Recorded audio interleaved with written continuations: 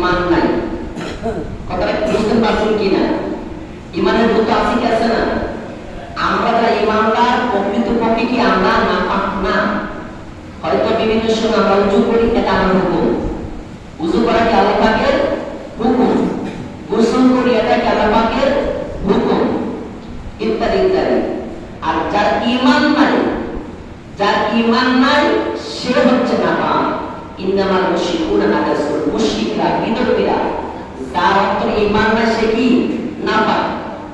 এবার যে কোনো এই আয়াতে কারিমা তাফসীরের মধ্যে যার ঈমান নাই সেও নাপাক।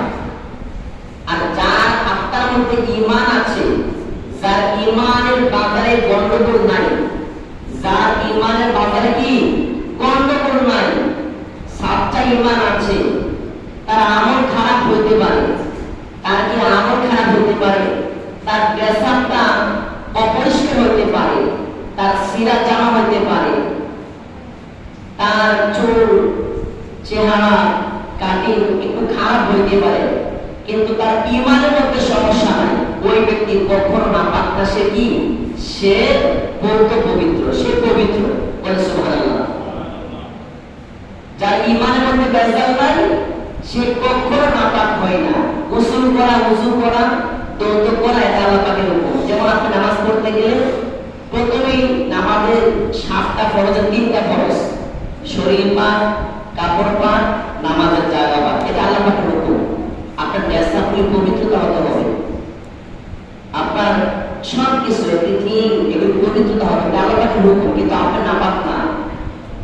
যারা মুমিন তারা নাপাক না, যারা মুমিন, যারা মুশরিক, ইহুদি, খ্রিস্টান, নাসারা এবং যাদের ঈমান নাই তারা নাপাক। সে উপরটা যতই পরিষ্কার হোক, সে যতই ভিআইপি কাপড় পরিধান করুক, যতই ভালো ড্রেস আপ পরিধান করুক, কিন্তু সে নাপাক।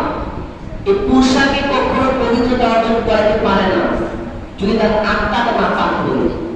আর যার আত্মা পবিত্র, তার ড্রেসআপে কখনো তাকে অপবিত্রতা করতে পারে না। সুতরাং আমাদের আত্মাটা পবিত্র রাখতে চাই কি চাই না? আমরা কিন্তু ঈমান কাকে বলে ভালো করে জানি।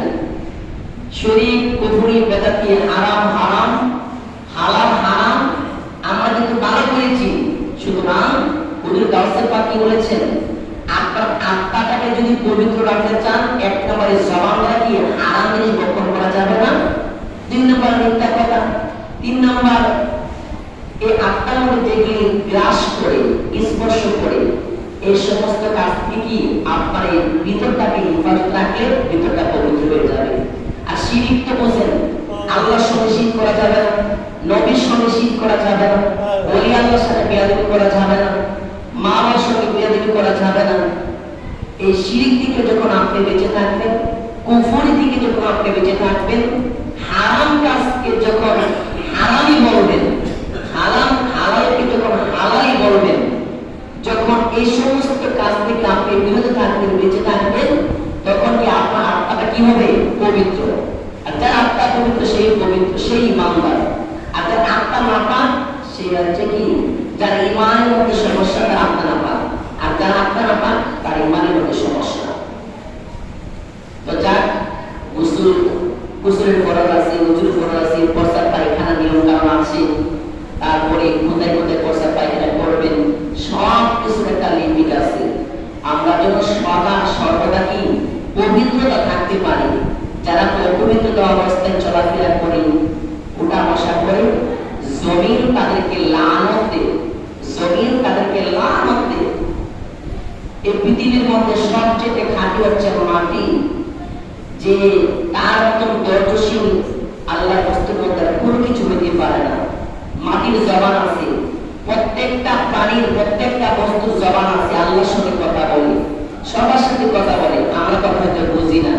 বাদশাহ সুলাইমান আলাইহিস সালাম গাছের কথা, পশু পাখির কথা, বাতাসের কথা, মাছ, এই পিপিলিকার কথাও বাদশাহ সুলাইমান বুঝতেন।